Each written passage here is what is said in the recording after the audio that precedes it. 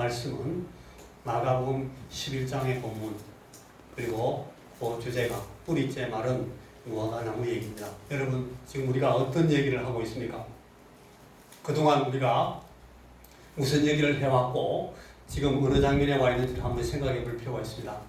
우리 예수님께서 우리에게 주신 여러 비유 얘기들을 하면서 우리 주님께서 우리에게 하나님 나라에 대해서, 하나님 나라의 여러 가지 그 상황에 대해서, 하나님 나라가 나타나는 그 모양에 대해서, 하나님 나라가 우리의 심령들을, 우리의 인생들을, 영혼들을 바꾸고 변화시키는 그 능력에 대해서 이 예수님께서 이런저런 비유로 설명하신 그 하나님 나라에 대해서 지금 우리가 주의 말씀을 따라서 상고하고 있습니다.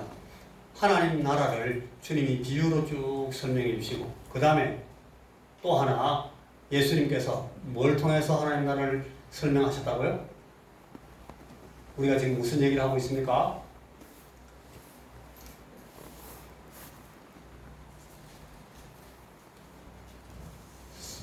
다 아시는데 제가 물으면 막 그냥 어려워합니다. 목사님한테 또 괜히 아는 척했다가 또 망신당하라. 그러면서 가만히 있고 그냥 빙긋이 웃습니다. 내가 안다 하면서. 지금 이제 우리 무슨 얘기를 하고 있는가 하면 표적, 이적들을 말하고 있어요.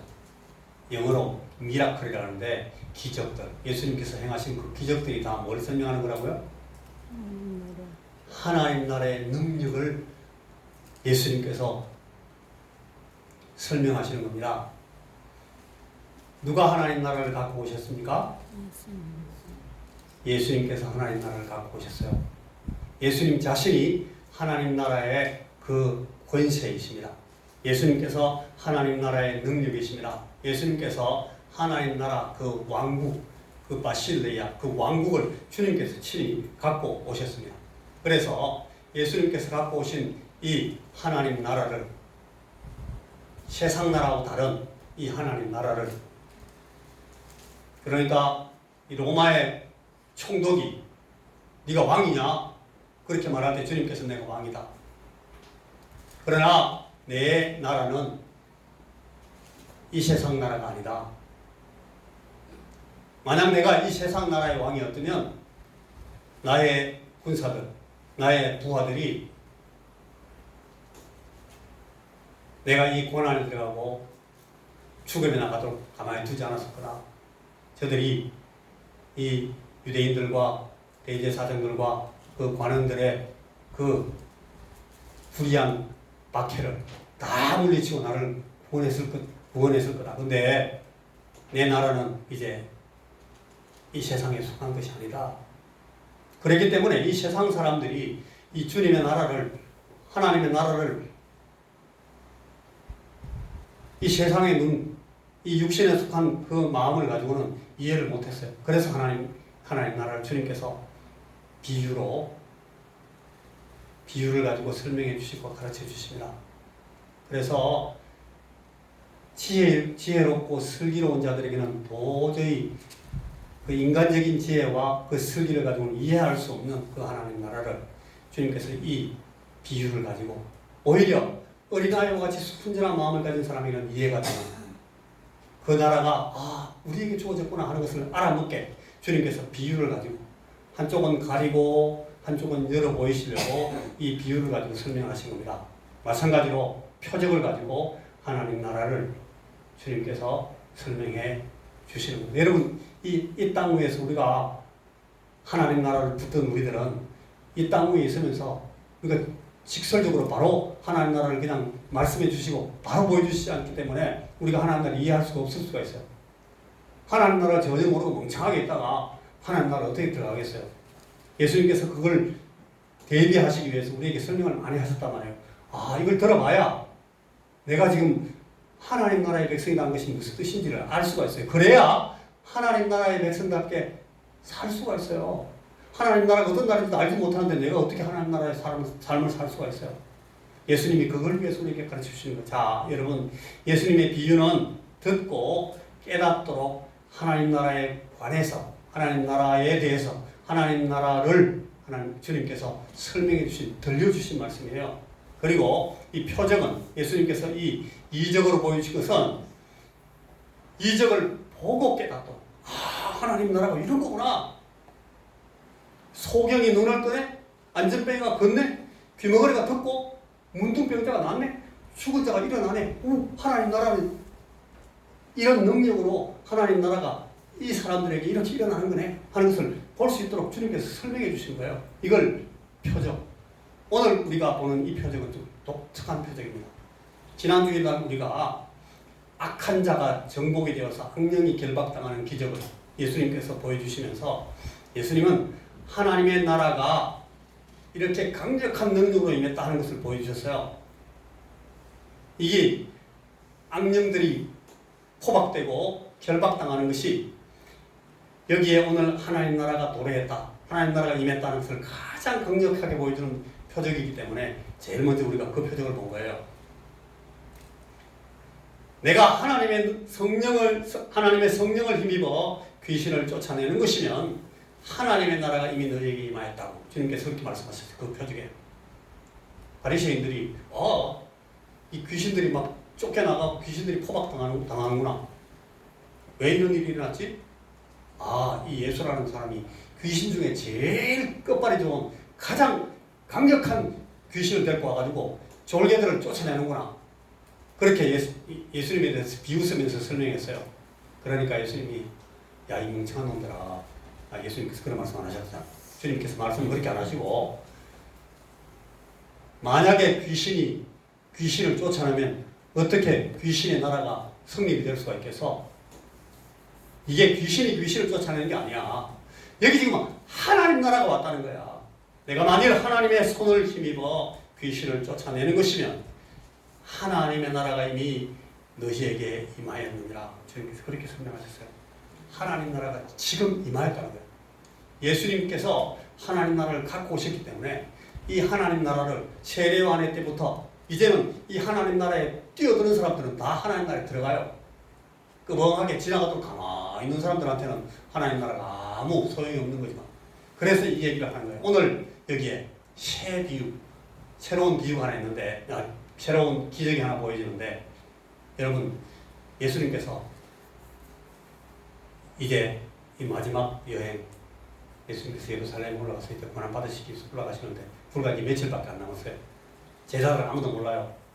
예수님 주위에 따라다니는 이 많은 무리들은 예수님이 얼마 후에 이제 십자가를 지시고 죽으신다는 사실을 상상도 하지 못해요. 근데 주님은 알고 계셔요. 이미 예수님은 이 일을 위해서 오셨어요. 그런데 하루는 예수님께서 이 베다니 밖으로 나오셨는데 아침에 저 멀리서 보니까 무화과 나무가, 여러분 우리나라에 무화과 나무 요만합니다 이렇게 보통. 그리고 조금 크면 그냥 잘라내버리고 열매 몇 개 하는데, 여러분 또 중동에 있는 무화과 나무는 막 굉장히 크죠. 사진들 보셨죠 여러분?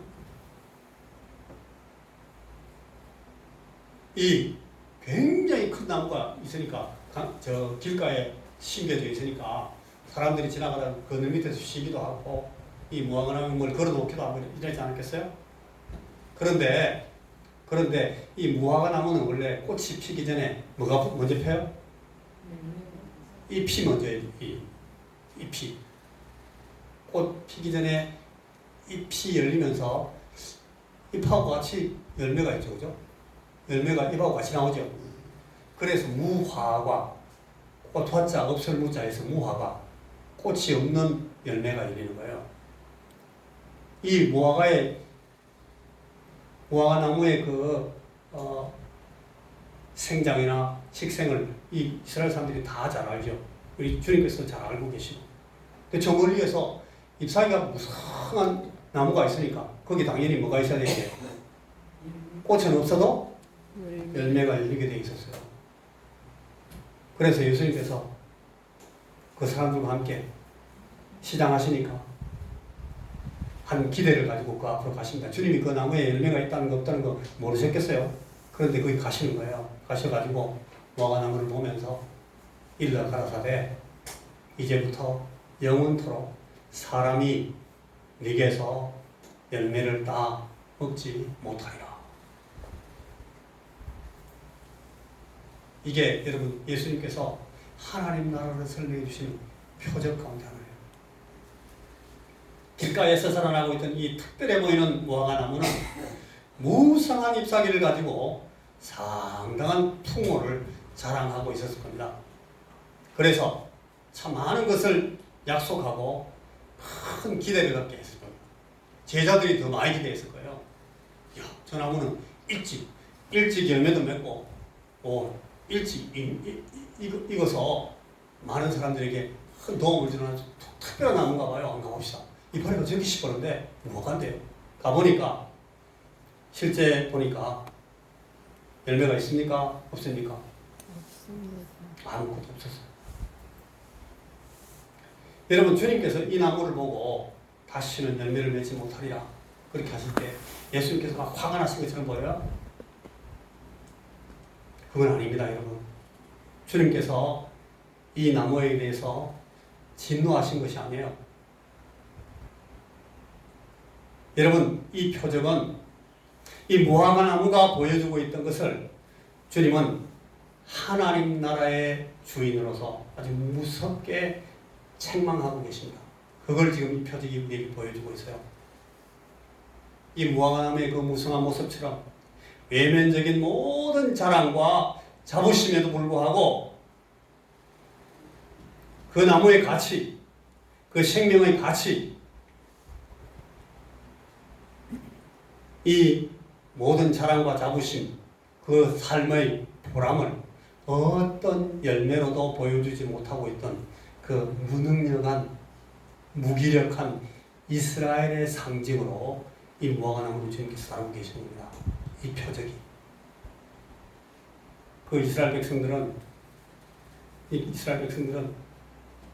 자기 종교에 대해서, 자기 율법에 대해서, 자기 조상들이 물려준 유전들에 대해서 자랑이 끝이 없습니다. 자기들이 갖고 있는 성전이 온 세상에서 가장 좋은, 가장 중심에 있는, 가장 위대한 이 땅의 물건이라고 생각했습니다. 자랑했어요. 그런데 그들의 그 신앙이 어떤 생명력도 보여주지 못한다는 것을 이 무화과 나무를 가지고 주님께서 지금 지적하고 계십니다. 여러분, 이 본문을 제가 지금 말씀하는 이런 방법으로 이해할 수밖에 없도록 만드는 아주 분명한 지시 혹은 암시가 아까 제가 말했던 것처럼 바로 이 사건의 기록이 이어지고 있는 그 마가의 진술 때문에 그래요. 마가가 왜 이 말씀을 이렇게 기록하고 있는가 하면 언뜻 보아서 별 연관성이 없는 이 성전 청결 행동, 이 예수님께서 성전을 청결케 하신 그 사건을 바로 그 뒤에 딱 붙여놓고 설명합니다. 마가가 이 복음서를 이렇게 편집한 이유가 있어요. 이 무화과 나무와 똑같은 사람들이 그 성전 안에도, 이스라엘 백성들의 그 성전, 예루살렘 성전 안에도 우글우글거리고 있었던 겁니다. 그들은 모일 때마다 제사를 지내고 막 짐승을 잡고, 그들 가운데 이 이스라엘의 유대 종교 때문에 일어난 많은 일들이 그 성전에서 행해지고 있었어요. 저들이 늘 이 성전에 모여가지고 막 기도하고 빌고 하나님 앞에 제사 드리고 하는 것이 하나님을 처음 영원하게 할 수 있고, 또 이스라엘 온 백성들을 온 땅에 가장 영광된 그런 백성들로 만들어줄 거라고 자기들은 그렇게 생각하고 그렇게 행하고 있었어요. 가보니까 제사장들이 여러 수십 명, 수백 명 있어요. 해마다 그 대제사장을 뽑아가지고 대제사장들이 큰 아주 화려한 옷을 입고 예복을 입고 모든 백성들 앞에 자기가 이 하나님을 제일 가까이서 모시는 하나님의 종이다 그러면서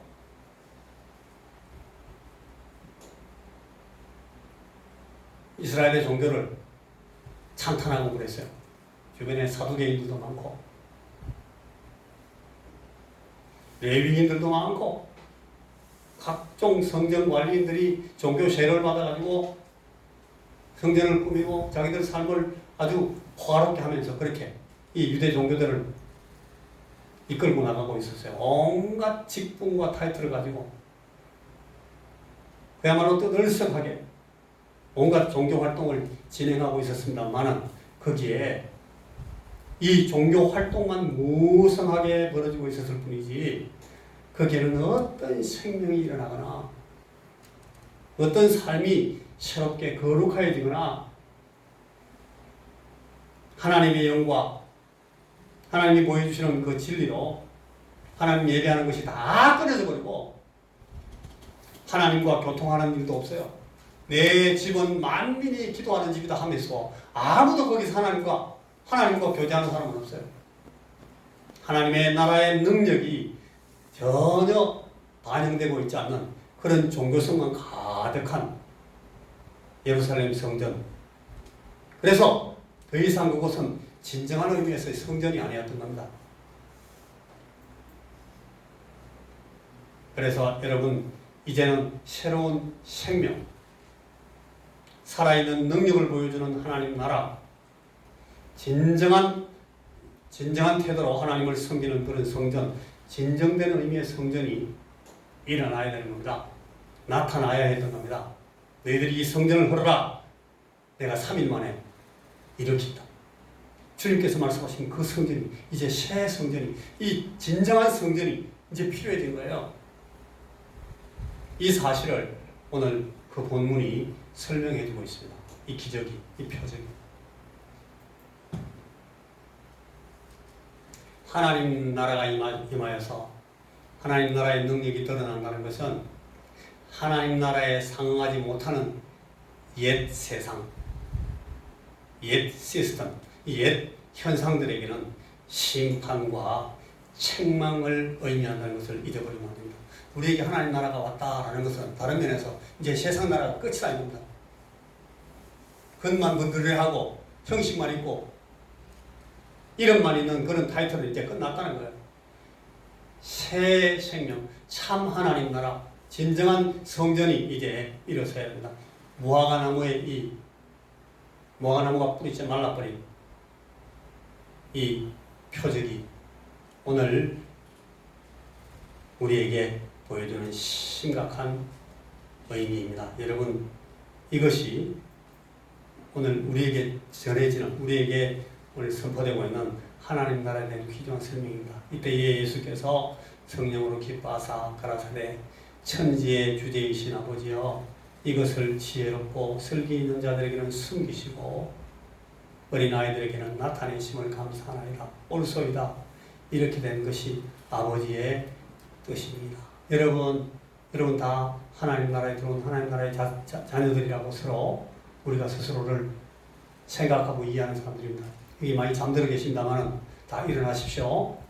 여러분 지금 잘 때가 아니에요. 졸고 있을 때가 아닙니다.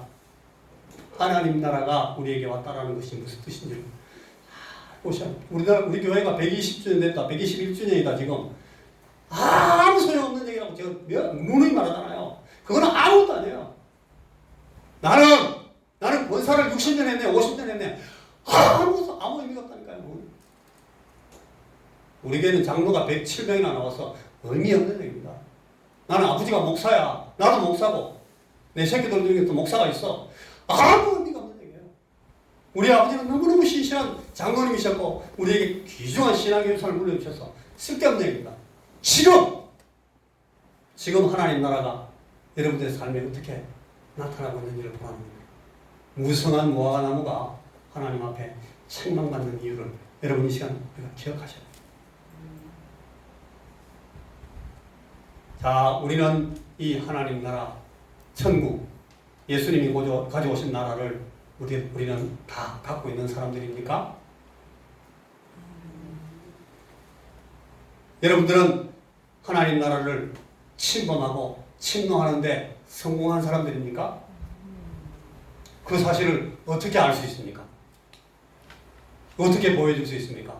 말로만 안 되는 거예요. 여러분, 하나님 나라의 능력을 여러분들이 어떻게 맛보고 계십니까? 그리고 하나님 나라의 백성된 사실을 여러분들은 어떻게 증명할 수 있습니까? 꼭 졸고 있으면 안 돼요. 나는 121년 된 교회를 섬기고 있는 우리 교회 권사니까 하나님이 나는 좀 잘 봐주실 거다. 그건 이 무화과나무 얘기예요. 잠시 후에 말라버리는 무화과나무 얘기라니까요. 쓸데없는 얘기예요. 자, 여러분, 오늘도 우리가 이 시간 이 사실을 다시금 확인하고 기억하면서 말씀해 보십시다. 자, 첫 줄 읽어봅니다. 시작. 예수님이 하나님의 아들이십니다. 이 사실을 우리 믿고 있습니다. 자, 두 번째 문장 읽습니다. 시작. 예수님이 하나님 나라와 나의 주인이십니다. 그래서 우리는 하나님 나라와 내 인생을 주님께 맡긴 사람으로 그렇게 사는 사람입니다. 자, 마지막 문장 다시 읽습니다. 예수님 시작. 예수님이 나에게 하나님 나라를 주셨습니다. 이 하나님 나라를 우리가 배워야 됩니다. 이 하나님 나라를 알아야 됩니다. 그리고 이 하나님 나라를 이 땅 위에서 우리가 맛보고 살면서 이 하나님 나라의 그 완전한 모습이 우리에게 주어지기를 기다립니다. 내가 이 땅의 삶을 끝낼 때에 우리 주님께서는 나를 위해서 준비하신 이 하나님 나라로 우리를 데리고 가실 것입니다. 하나님 나라가 우리에게 임하기를 우리는 지금도 기다리면서 삽니다. 자, 기도하겠습니다. 주님, 이 하나님 나라를 우리에게 보여주시기를 원하시는데 우리가 인간적인 지혜와 슬기로서 하나님 나라를 이해하려고 노력하는 그런 어리석은 사람들이 되지 않게 하시고 우리 주 예수 그리스도께서 우리에게 주신 하나님의 나라, 하나님 나라의 생명, 하나님 나라의 비밀, 하나님 나라의 능력을 우리가 이 땅 위에서 배우고 깨달아 나갈 수 있게 하시고 어린아이와 같은 순전한 자에게 주시는 이 하나님 나라를 우리가 오늘 받고 하나님 나라의 주인 되신 우리 주님께서 내 주인이 되셔서 내게 이 하나님 나라를 주신다는 사실을 깨닫게 하시고 보게 하시고 이해하게 하시고 그리하여 이 하나님 나라를 오늘 우리의 삶 가운데서 살아나가는 그런 하나님 나라의 백성들로 저희들 이 시간도 확인하시고 인쳐 주시옵소서. 예수님 이름으로 기도하옵나이다. 아멘.